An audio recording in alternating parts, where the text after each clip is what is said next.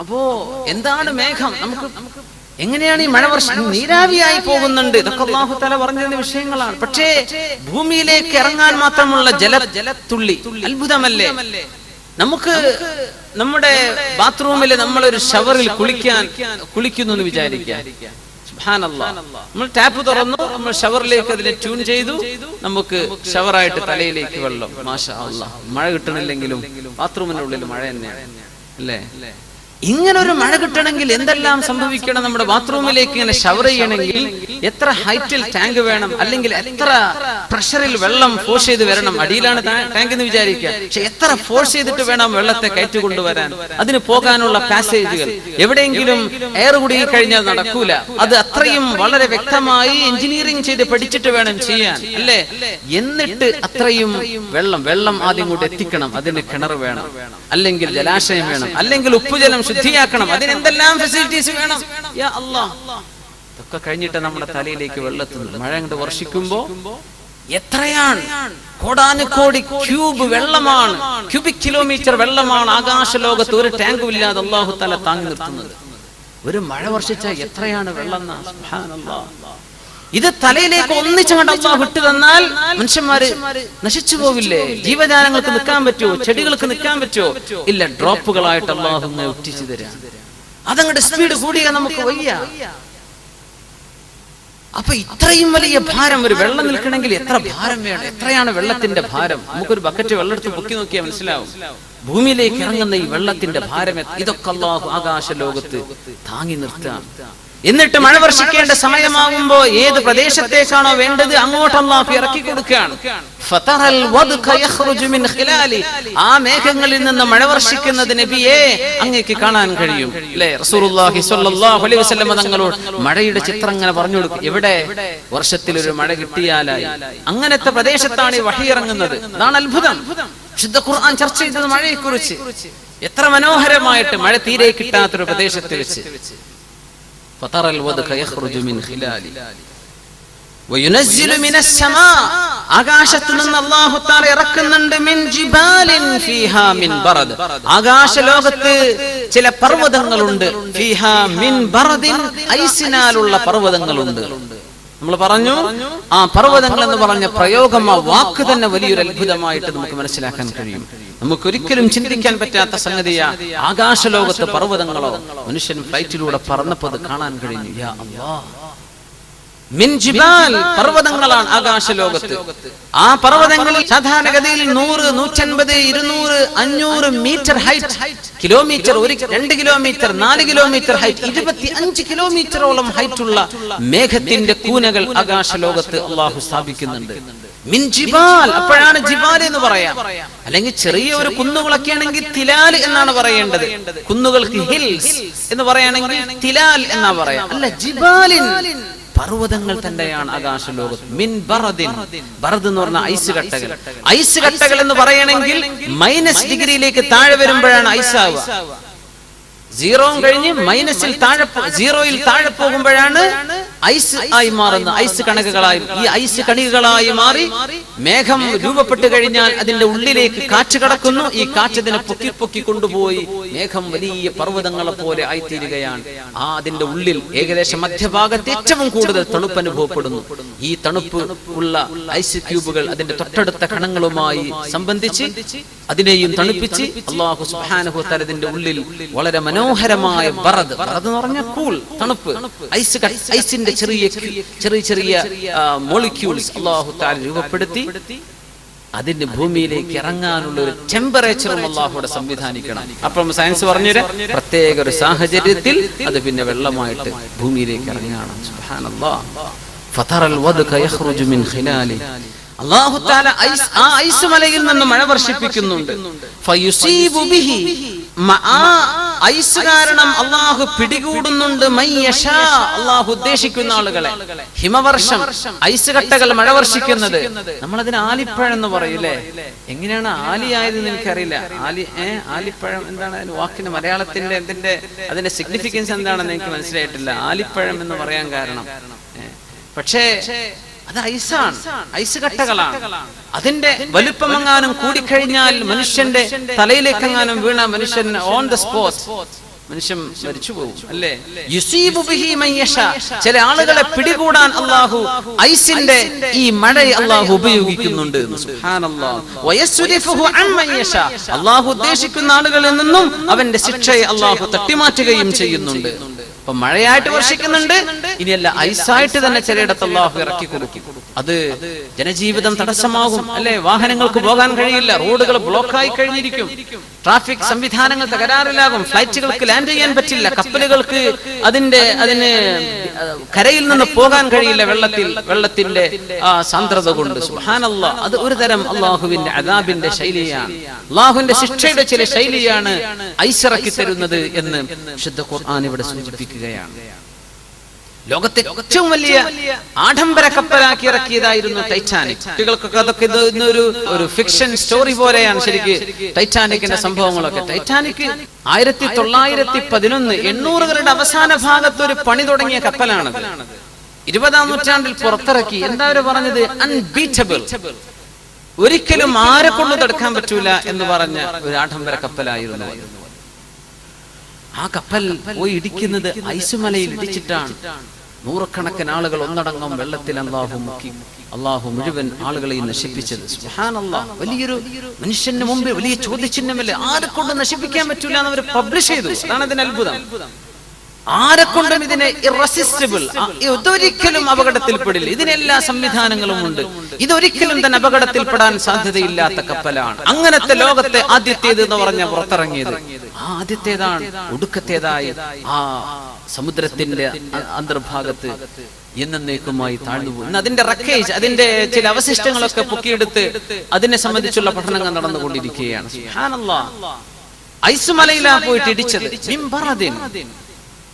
നരകത്തിൽ പോലും 2 ശിക്ഷയാണെന്നാണ്. സംഹരീറ അല്ലേ? സംഹരീർ എന്ന് പറഞ്ഞാൽ അത്രയും കൊടിയ തണുപ്പുള്ള പ്രദേശം നരകത്തിലുണ്ട്. ഏറ്റവും ചൂടുള്ള പ്രദേശവും നരകം ചൂടുമാണ്, പക്ഷെ ഏറ്റവും തണുപ്പുള്ള ശിക്ഷയും നരകത്തിൽ തന്നെയാണ്.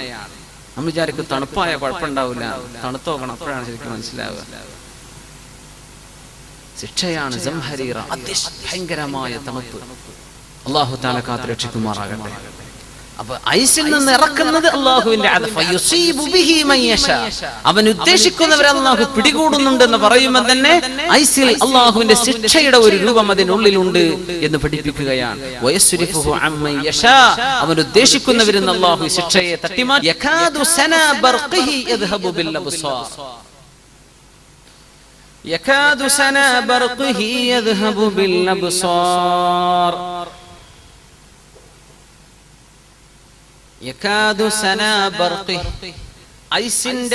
ഐസിന്റെ ചെറിയ മോളിക്യൂളുകൾ അല്ലാഹു മേഘപടലങ്ങളിൽ രൂപപ്പെടുത്തി. ആ ഐസിനാൽ അല്ലാഹു തആല ബർഖ് എന്ന് പറഞ്ഞാൽ ലൈറ്റ്നിങ്, ഇടിമിന്നൽ ഉണ്ടാക്കുന്നു. സനാ ബർഖിഹി. അപ്പോ ഏറ്റവും കൂടുതൽ വളരെ സയന്റിഫിക് ആയിട്ട് വിശദീകരിക്കേണ്ട ഒരു ഭാഗമാണത്. ഐസിന്റെ രൂപപ്പെടലിലൂടെ ഐസ് കണികകൾ അതിന്റെ പരിസരത്തുള്ള കണികകളോട് കൂടി ചേർന്നാൽ അതിന്റെ ചാർജുകളിലൂടെയാണ് സത്യത്തിൽ ബർക്ക്, ഇടിനാദം, ഇടിമിന്നലുകൾ ഉണ്ടാകുന്നത്. സുബ്ഹാനല്ലാഹ്. വളരെ സിമ്പിൾ ആയിട്ട് അവിടെ ഒരു കൂട്ടിയിടിയുടെ ആവശ്യമില്ല, പക്ഷേ ചാർജുകൾ തമ്മിലുള്ള കോണ്ടാക്ട്, അതിലൂടെ അല്ലാഹു തആല വലിയ ഘോരമായ ശബ്ദമുണ്ടാകുന്ന യകാദു സനാ ബർഖിഹി യദ്ഹബു ബിൽ അബ്സാർ. ഈ ഇടിമിന്നലിലേക്ക് നോക്കാൻ മനുഷ്യനെ കൊണ്ട് കഴിയില്ല. കണ്ണുപോലും കാഴ്ച നഷ്ടപ്പെടുമാർ പ്രകാശമുള്ള ഇടിമിന്നൽ അല്ലാഹു തആല രൂപപ്പെടുത്തുന്നു. അതിനുള്ളിലൂടെയാണ് കടന്നു വരുന്നത്. യകാദു സനാ ബർഖിഹി യദ്ഹബു ബിൽ അബ്സാർ. ഭൂമിയിൽ ഓരോ ദിവസവും 10 ലക്ഷത്തോളം ഇടിമിന്നലുകൾ നടന്നുകൊണ്ടിരിക്കുന്നുണ്ട്. ഓരോ ഭൂമിയുടെ ഭാഗത്തായി ഒരു 24 മണിക്കൂറിന്റെ ഉള്ളിൽ 10 ലക്ഷത്തോളം ഇടിമിന്നലുകൾ നടക്കുന്നുണ്ട്. നമ്മുടെ നാട്ടിലെ വർഷക്കാലാകുമ്പോഴാണ് നമുക്കത് ഓർമ്മ വരെ, നമ്മൾ അപ്പോഴേ അത് ശ്രദ്ധിക്കുള്ളൂ എന്ന് മാത്രം. അതായത് ഒരു സെക്കൻഡിൽ ശരാശരി 100 ഇടിമിന്നൽ അല്ലാഹുവിന്റെ ഭൂമിയിൽ നടന്നുകൊണ്ടിരിക്കുകയാണ്. എത്രയാണ് അതിന്റെ ചൂട്. ഇടിമിന്നൽ ഭൂമിയിലേക്ക് എത്തുന്നത് അന്തരീക്ഷത്തെ അയോണീകരിക്കുക എന്നാണ് പറയാ. അയോണീകരിക്കണമെങ്കിൽ സൂര്യപ്രകാശത്തെക്കാളും ആയിരക്കണക്കിന് 10,000-കണക്കിന് മടങ്ങ് ചൂടുള്ള താപമാണ് ഈ വായുവിലൂടെ അന്തരീക്ഷത്തിൽ ഈ മേഘത്തിൽ നിന്ന് കടന്നു വരുന്നത് ഭൂമിയിലേക്ക്. എത്രയാണ് അതിന്റെ ചൂട്. ചില മിന്നലേറ്റാൽ തെങ്ങുകളും മരങ്ങളും ഒക്കെ കരിഞ്ഞു പോകുന്ന കണ്ടിട്ടില്ലേ? ആളുകൾ ഉടനടി ഓൺ ദ സ്പോട്ടിൽ മരിക്കാൻ. അത്രയും വലിയ എനർജിയാണ് ഭൂമിയിലേക്ക് അള്ളാഹു ഇറക്കുന്നത്. അത് ചില ആളുകൾക്ക് അള്ളാഹു തആല അവന്റെ ശിക്ഷയായി, ചില ആളുകൾക്ക് പരീക്ഷണമായി അള്ളാഹു തആല ഇറക്കി കൊടുക്കുന്നുണ്ട്. ഇടിമിന്നൽ ഉണ്ടാകുമ്പോഴാണ് ഭൂമിയിലെ സസ്യജാലങ്ങൾ അള്ളാഹുവിന്റെ ഭൂമിലോകം. ഈ സസ്യജാലങ്ങൾക്ക് നൈട്രജന്റെ സംയുക്തങ്ങൾ കിട്ടണം. നൈട്രജൻ വാതകം അന്തരീക്ഷത്തിൽ നിന്ന് അതിന്റെ സംയുക്തം കിട്ടിയാൽ സസ്യങ്ങൾക്ക് അവരുടെ ജീവൽ വസ്തുവാണത്. ജീവിക്കാൻ നൈട്രജൻ സംയുക്തങ്ങൾ വേണം. അത് കിട്ടണമെങ്കിൽ ഒരു ഇടിനാദം കൊണ്ട് ഭൂമിയിൽ നടന്നുകൊണ്ടിരിക്കുന്ന ഇടിമിന്നലുകളെ കൊണ്ട് 10 ദശലക്ഷം ടൺ സസ്യങ്ങൾക്ക് ആവശ്യമായ നൈട്രജൻ സംയുക്ത കോമ്പൗണ്ടുകളാണ് ഇടിമിന്നലിലൂടെ ഓരോ വർഷവും അള്ളാഹു ഭൂമിയിലേക്ക് നൽകിക്കൊണ്ടിരിക്കുന്നത്. എന്ന് പറഞ്ഞാൽ മനുഷ്യനുണ്ടാക്കുന്ന രാസവളം, ഈ രാസവളത്തിനേക്കാളും ലക്ഷക്കണക്കിന് ഇരട്ടിയാണ് ഇടിമിന്നലിലൂടെ അള്ളാഹു തആല സസ്യങ്ങൾക്ക് കൊടുക്കുന്ന വളം. യാ അല്ലാഹ്, അത് നമ്മുടെ സസ്യങ്ങൾക്ക് വേണം. കൂൺ പോലെയുള്ളതൊക്കെ പെട്ടെന്ന് ഭൂമിയിൽ നിന്ന് പുറത്തു വരുന്നത് ഇടിമിന്നലിലൂടെയാണ്. വലിയ അത്ഭുതമാണ്. അതുവരെ ഉള്ളിൽ കിടക്കുന്ന സാധനം പുറത്തേക്ക്, അതൊരു സസ്യമാണ്. സുബ്ഹാനല്ലാഹ്. ഇടിമിന്നലിൽ പോലും അള്ളാഹു റഹ്മത്ത് വെച്ചിരിക്കുകയാണ്. അതിൽ പോലും കാരുണ്യം വെച്ചിരിക്കുകയാണ്. നമ്മൾ ആദ്യം കാണുന്നത് മിന്നലാണ്, പിന്നെയാണ് ശബ്ദം വരുന്നത്. അല്ലെ, ശബ്ദത്തിന്റെ തരംഗദൈർഘ്യം കുറവാണ്, പ്രകാശത്തിന്റെ തരംഗദൈർഘ്യം കൂടുതലാണ്. പ്രകാശം പെട്ടെന്നെത്തും, ശബ്ദം കുറച്ച് ലേറ്റ് ആയിട്ടേ എത്തുള്ളൂ. ഈ വലിയ പ്രതിഭാസങ്ങളൊക്കെ സയൻസ് പഠിക്കാത്ത ആളുകൾക്ക് പോലും ഇടിമിന്നൽ കാണുമ്പോഴും ഇടിയുടെ ശബ്ദം ബാക്കിൽ വരാനുണ്ട് എന്ന് തോന്നത്തക്ക രീതിയിൽ അല്ലാഹു തആല ശബ്ദത്തിന്റെ വേവ് ലെങ്തുകൾ മനുഷ്യനെ പഠിപ്പിക്കുന്ന പോലെ വലിയ വലിയ അത്ഭുതങ്ങൾ അല്ലാഹു തആല വെച്ചിരിക്കുകയാണ്. യുസബ്ബിഹുർ റഅദു ബിഹംദി. നോക്കണം, അല്ലാഹുവിന്റെ റസൂൽ സ്വല്ലല്ലാഹു അലൈഹി വസല്ലം പഠിപ്പിക്കുന്ന വിശുദ്ധ ഖുർആൻ തന്നെ പറഞ്ഞു, യുസബ്ബിഹുർ റഅദു ബിഹംദിഹി. അല്ലാഹുവിന്റെ ഹംദ് ചൊല്ലുന്ന തസ്ബീഹുകളാണ് ഇടിനാദം എന്ന പരിശുദ്ധ ഖുർആൻ. തസ്ബീഹാണ് ഇടിനാദം ചെയ്യുന്നത്, അത് തസ്ബീഹാണ്. ഇടിനാദം കേൾക്കുമ്പോൾ ദിക്റുണ്ടല്ലേ, സുബ്ഹാന മൻ യുസബ്ബിഹുർ റഅദു ബിഹംദിഹി വൽ മലായികതു മിൻ ഖീഫതി. ഇൻഷാ അല്ലാഹ് നമുക്ക് വഴിയെ ആ വിഷയങ്ങൾ ചർച്ച ചെയ്യാം. റസൂലുള്ളാഹി സ്വല്ലല്ലാഹു അലൈഹി വസല്ലം തങ്ങൾ ഇപ്പോ ഈ മഴയുണ്ടാകാനുള്ള സാങ്കേതികമായ വിഷയങ്ങളാണ് അല്ലാഹു തആല പറഞ്ഞിരുന്നത്. ഇതൊന്നും ഇല്ലാതെ മഴ വർഷിച്ചിട്ടുണ്ട്. ഇങ്ങനെ വളരെ പതുക്കെ പതുക്കെ മേഘത്തിന്റെ ചലനമില്ലാതെ പതുക്കെ പതുക്കെ മേഘങ്ങൾ സംയുക്തമായി ചേർന്ന് സുമ്മ യുഅല്ലിഫു ബൈന, അത് സംഭവിക്കാതെ വളരെ പെട്ടെന്ന് മേഘം വർഷിച്ചത് റസൂലുള്ളാഹി സ്വല്ലല്ലാഹു അലൈഹി വസല്ലം തങ്ങളുടെ കാലത്ത്. ഇമാം അൽ ബുഖാരി റഹിമഹുല്ലാഹ്, മുഹമ്മദ് ബിൻ ഇസ്മായിൽ ബുഖാരി തങ്ങൾ അവരുടെ സ്വഹീഹിൽ ഉദ്ധരിക്കുന്ന ബാബുൽ ഇസ്തിസ്ഖാ, മഴയെ തേടുന്ന നിസ്കാരത്തെ സംബന്ധിച്ചും മഴയെ സംബന്ധിച്ചും പറയുന്ന ബാബിൽ ഇമാം ബുഖാരി തങ്ങൾ ഉദ്ധരിച്ചിട്ടുള്ള ഹദീസ് വളരെ പ്രബലമായ ഹദീസ്. മഹാനായ അനസ് ബിൻ മാലിക് റളിയല്ലാഹു അൻഹു ഖാല അസ്വാബത്തിൻ നാസ സനതുൻ അലാ അഹദി റസൂലില്ലാഹി സ്വല്ലല്ലാഹു അലൈഹി വസല്ലം. ഈ ഹദീസ് വളരെ ഭയങ്കരമാണ്. അള്ളാഹുവിന്റെ റസൂലിന് വേണ്ടി ഈ ഭൗതികമായ സർവ്വ കാരണങ്ങളെയും മാറ്റിവെച്ച് അള്ളാഹു മഴ വർഷിപ്പിക്കുകയാണ്. മദീനയിലാണ് സംഭവം. ജനങ്ങൾക്ക് അങ്ങേയറ്റത്തെ ക്ഷാമം വന്നു റസൂലുള്ളാഹി സ്വല്ലല്ലാഹു അലൈഹി വസല്ലം തങ്ങളുടെ കാലത്ത്. ഫബൈനമാ റസൂലുള്ളാഹി സ്വല്ലല്ലാഹു അലൈഹി വസല്ലം യഖ്തുബു അലൽ മിൻബർ, അവിടുന്ന് മിൻബറിൽ ഖുതുബ ഓതിക്കൊണ്ടിരിക്കുമ്പോൾ യൗമൽ ജുമുഅ, വെള്ളിയാഴ്ച ദിവസം, ഖാമ അറാബിയുൻ, അറാബിയായ ആൾ എഴുന്നേറ്റ് നിന്നു. ഫഖാൽ, അവിടുന്ന് പറഞ്ഞു, യാ റസൂലല്ലാഹ്, അല്ലാഹുവിന്റെ റസൂലേ, ഹലക്കൽ മാൽ, സമ്പത്ത് നഷ്ടപ്പെട്ടു നബിയേ, വജാഅൽ ഇയാൽ, മക്കളൊക്കെ വിശന്നിരിക്കുകയാണ് നബിയേ, ഫദ്ഉല്ലാഹ ലനാ അൻ യസ്ഖിയനാ, ഞങ്ങൾക്ക് മഴ വർഷിപ്പിച്ചു തരാൻ അല്ലാഹുവോട് ദുആ ചെയ്യൂ നബിയേ. ഫഖാല ഫറഫഅ റസൂലുള്ളാഹി സ്വല്ലല്ലാഹു അലൈഹി വസല്ലം യദൈ, അവിടുന്ന് അവിടുത്തെ രണ്ട് കൈകളും ആകാശത്തേക്ക് ഉയർത്തി. വമാ ഫിസ് സമാഇ ഖുസ്അ, ആകാശത്തൊരു മേഘത്തിന്റെ പാളി പോലുമില്ല. ആര് പറയുന്നു? അനസ് ഇബ്നു മാലിക് റളിയല്ലാഹു അൻഹു. ഖാല ഫസാറ സഹാബുൻ അംസാലുൽ ജിബാൽ, പർവതങ്ങളെ പോലെയുള്ള മേഘങ്ങൾ അങ്ങോട്ട് കുമിഞ്ഞുകൂടാൻ തുടങ്ങി. ثم لم ينزل على المنبر ഹത്താ റഅയ്തുൽ മതർ യതഹാദറു അലാ ലിഹ്യതിഹി. അവിടുന്ന് മിമ്പറിൽ നിന്ന് ഇറങ്ങിയപ്പോഴേക്കും മഴ കാരണം അവിടുത്തെ താടിയിലൂടെ മഴവെള്ളം ഒലിച്ചിറങ്ങുന്നത് ഞാൻ എന്റെ കണ്ണുകൊണ്ട് കണ്ടുവന്ന് മഹാനായ അനസ് ബിൻ മാലിക് റളിയല്ലാഹു അൻഹു. മഴയില്ല, പെട്ടെന്ന് അല്ലാഹുവേ മഴ വേണം പടച്ചവനെ എന്ന് ചോദിച്ചതേ ഉള്ളൂ. ഒരു മേഘക്കീറ് പോലും അവിടെ ആകാശത്തില്ല. പെട്ടെന്ന് ആ ഖുതുബ കഴിയുമ്പോഴേക്കും സുബ്ഹാനല്ലാഹ് മഴ വർഷിച്ചു. അന്നത്തെ പള്ളിയുടെ മേൽക്കൂരകൾ ഇന്നത്തെ കോൺക്രീറ്റുകളല്ല, അതുകൊണ്ട് വെള്ളം ഉള്ളിലേക്ക് ഇറങ്ങും. അവിടുത്തെ താടിരോമത്തിലൂടെ മഴവെള്ളം ഒലിച്ചിറങ്ങുന്നത് മിമ്പറിൽ ഇറങ്ങിയപ്പോഴേക്കും മഴ വർഷിച്ചു. യാ അല്ലാഹ് ഹത്താ റഅയ്തുൽ മതറ യതഹാദറു അലാ ലിഹ്യതി. ഇമാം ബുഖാരി തങ്ങൾ ബാബുൽ ഇസ്തിസ്ഖായിൽ രേഖപ്പെടുത്തിയ ഹദീസാണ്. ഖാല ഫമുതിർനാ യൗമനാ ദാലിക്. ആ ദിവസം ഞങ്ങൾക്ക് മഴ കിട്ടി. വഫിൽ ഗദ്, പിറ്റേന്നും മഴ തന്നെ. വമിൻ ബഅദിൽ ഗദ്, അതിന്റെ പിറ്റേന്നും മഴ തന്നെ. വല്ലദി യലി, അതിന്റെ പിറ്റേന്നും മഴ. ഇലൽ ജുമുഅത്തിൽ ഉഖ്റാ, അടുത്ത ജുമുഅ വരെ മഴ തന്നെ. മദീനയിൽ മഴ തന്നെ. അതുവരെ ക്ഷാമമാണ്, ഒന്നും കാണാനില്ല. മഴ അങ്ങോട്ട് പെയ്തു, ഒരാഴ്ച മുഴുവനും മഴ.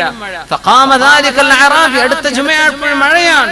അറാബിയായ മനുഷ്യൻ ഔ റജുലുൻ ഗൈറുഹു, റിവായത്തുണ്ട് വേറെ ഒരാളാണ്, അയാൾ ആദ്യം ചോദിച്ച ആളല്ല, മറ്റൊരാളാണ്.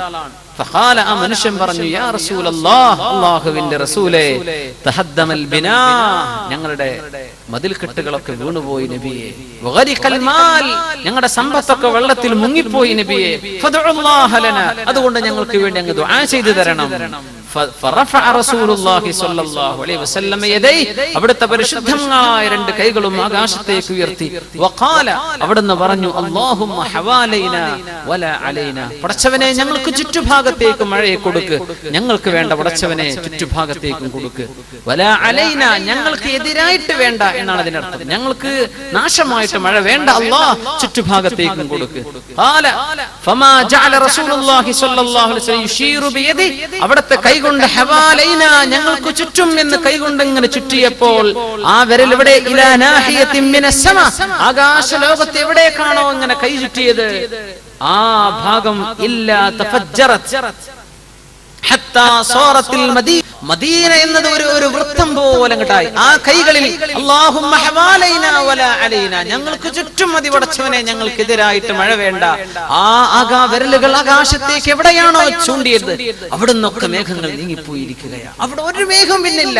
എല്ലാ മഴയും മറ്റു താഴ്വാരങ്ങളിലേക്ക്, മലപ്രദേശങ്ങളിൽ, മദീന അങ്ങോട്ട് ക്ലീനായി, ചുറ്റും മഴ.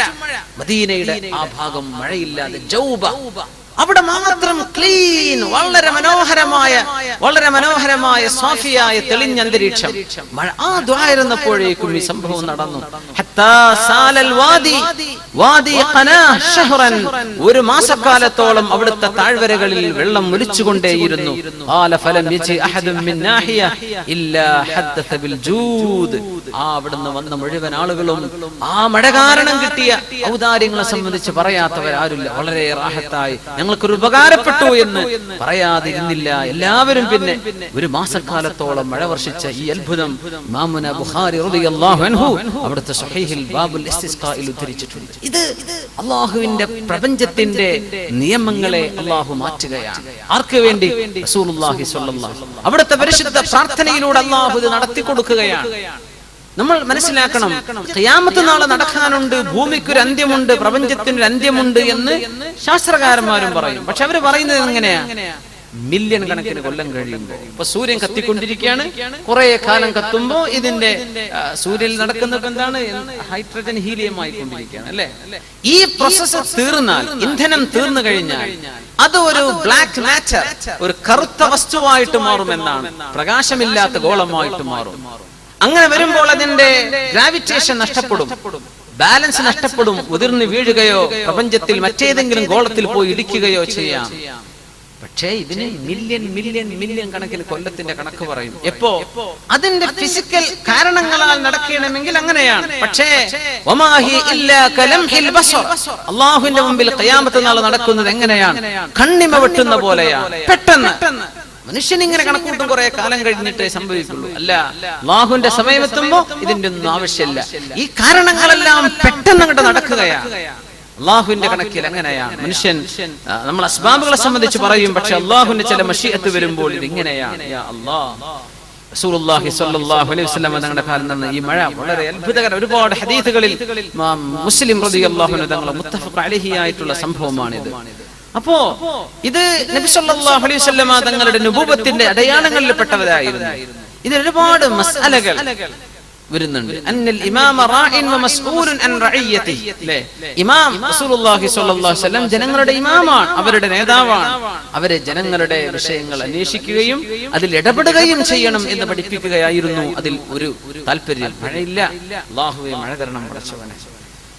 പിന്നെ റസൂലുള്ളാഹി സ്വല്ലല്ലാഹു അലൈഹി വസല്ലം അവിടുത്തെ സൗമനസ്യത, അവിടുത്തെ ഏറ്റവും നല്ല ശുദ്ധമായ സ്വഭാവം, ഒരു ആവശ്യം ചോദിച്ചാൽ ഒരാളെയും നിരാകരിക്കുമായിരുന്നില്ല റസൂലുള്ളാഹി സ്വല്ലല്ലാഹു അലൈഹി വസല്ലം. ഇസ്തിഹ്ബാബു ത്വലബി ഇൻഖിതാഇൽ മത്ർ അനിൽ മനാസിൽ ഇദാ കസറ വതളററു ബി. മഴ വന്നിട്ട് ഒരുപാട് മനുഷ്യർ ബുദ്ധിമുട്ടായി കഴിഞ്ഞാൽ ആ മഴയെ നീക്കിത്തരണം എന്ന് ദുആ ചെയ്യൽ സുന്നത്താണ് എന്ന് പഠിപ്പിക്കാൻ. ഇവിടെ നോക്കണം, മഴ അങ്ങോട്ട് കൂടുമ്പോ ഞങ്ങൾക്ക് മഴ മതി എന്നല്ല പറഞ്ഞത് റസൂലുള്ളാഹി സ്വല്ലല്ലാഹു അലൈഹി വസല്ലം. മഴ അല്ലാഹു തആല അൻസൽനാ മിനസ് സമാഇ മാഅൻ ബിഖദരിൻ, വളരെ കൃത്യമായ അളവിലാണ് അല്ലാഹു മഴ വർഷിപ്പിക്കുന്നത് എന്ന്. കൃത്യമായ അളവിലാണ്. എല്ലാ വർഷവും പെയ്യുന്ന മഴയുടെ തോത് ഒന്നാണെന്നാണ്. ഒരു രാജ്യക്കാർക്ക് കൂടുതൽ കിട്ടിയാൽ ഒരു രാജ്യത്ത് അത് കുറഞ്ഞിട്ടുണ്ടെന്നാണ്. നമുക്ക് കുറഞ്ഞാൽ വേറെ ഏതോ പ്രദേശത്ത് ഇത് കൂടുതൽ കൊടുത്തിട്ടുണ്ട്. ഇബ്നു അബ്ബാസ് റളിയല്ലാഹു അൻഹു പറയുമായിരുന്നു, ബിഖദരിൻ, കൃത്യമായ അളവിലാണ് മഴ വർഷിക്കുന്നത്. അത് എത്രയാണ്, അത് എത്ര മില്ലിമീറ്ററാണ്, സെന്റിമീറ്ററാണ്, അല്ലാഹുവിന്റെ കണക്കിൽ കൃത്യമാണ്. അതൊരിക്കലും ഏറുന്നില്ല, കുറയുന്നില്ല. ഒരു കൂട്ടർക്ക് കുറയുമ്പോൾ മറ്റൊരു കൂട്ടർക്ക് കൂടുന്നുണ്ട്.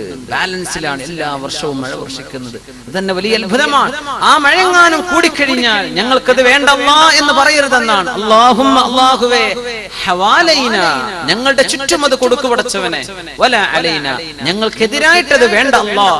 ഇങ്ങനെയാണ് അല്ലാഹുവിനോട് ചെയ്യുന്ന അദബാണ്. ഞങ്ങൾക്കത് മതി, അതല്ല ഇനി അല്ലാഹുവേ മറ്റുള്ള ആളുകൾക്കൊക്കെ ആയിക്കോട്ടെ, ഞങ്ങൾക്ക് ചുറ്റും ആയിക്കോട്ടെ അല്ലാഹ്. അല്ലാഹുമ്മ ഹവാലൈന വലാ അലൈന. മറ്റൊരു റിവായത്തിലുള്ള അല്ലാഹുമ്മ അലാ റൂസിൽ ജിബാൽ, അല്ലാഹുവേ പർവ്വതങ്ങളുടെ മുകളിലേക്ക് കൊണ്ടുപോകണമേ മേഘങ്ങൾ. വൽ ആഖാം, അതുപോലെ തന്നെ വൃക്ഷങ്ങളുള്ള കാടുകളിലേക്ക്. വബുതൂനിൽ ഔദിയ, വബുതൂനിൽ ഔദിയ, താഴ്വരകളിലെ വെള്ളം ഒഴുകാനുള്ള പാസേജുകളിലേക്ക്.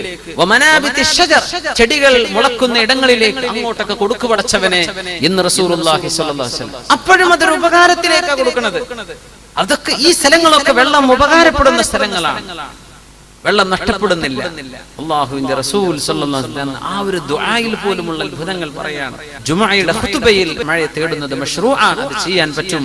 അതുപോലെ തന്നെ ദുആ ചെയ്യുന്ന സമയം, ഖുതുബ ഓതുന്ന നേരത്ത് ദുആ ചെയ്തത് എങ്ങനെയാണ്? തങ്ങൾ ഖിബല ഇങ്ങോട്ടാണെങ്കിൽ ഇമാമ് മഅ്മൂമിങ്ങളിലേക്കാണ് ഖുതുബ നിർവഹിക്കുക. അപ്പൊ ഖിബലയുടെ ഭാഗം മഅ്മൂമിന്റെ ബാക്കിലോട്ടാണ്. പക്ഷെ ദുആ ചെയ്യുമ്പോൾ ഖിബലയിലേക്ക് അല്ലാതെ കൈ ഉയർത്തിയാലും ദുആ സ്വഹീഹ് തന്നെയാണ്, അതിന് കുഴപ്പമില്ല എന്ന ഒരു ആശയവും ഈ ഹദീസിൽ പഠിക്കാനുണ്ടെന്നാണ്. അത് മാത്രമല്ല, മഴയെ തേടുന്ന സമയത്ത് ഖുതുബ നിർവഹിക്കുന്ന ഇമാമിന് കൈ ഉയർത്താം. സത്യത്തിൽ ഖുതുബ ഓതുന്ന ഇമാം കൈ ഉയർത്താൻ പാടില്ലെന്നാണ് ദുആരക്കും. നാട്ടിലൊക്കെ ശ്രദ്ധിച്ചിട്ടുണ്ടോ എന്നറിയില്ല. അതാണ് അതിന്റെ ആദാബുകളിൽ ഇമാം നബി റളിയല്ലാഹു അൻഹു നമ്മുടെ ഫുഖഹാക്കളൊക്കെ രേഖപ്പെടുത്തിയ സംഭവമാണ്. അതുകൊണ്ട് സുന്നത്തുണ്ട് ഒരു വിരൽ ഉയർത്തൽ.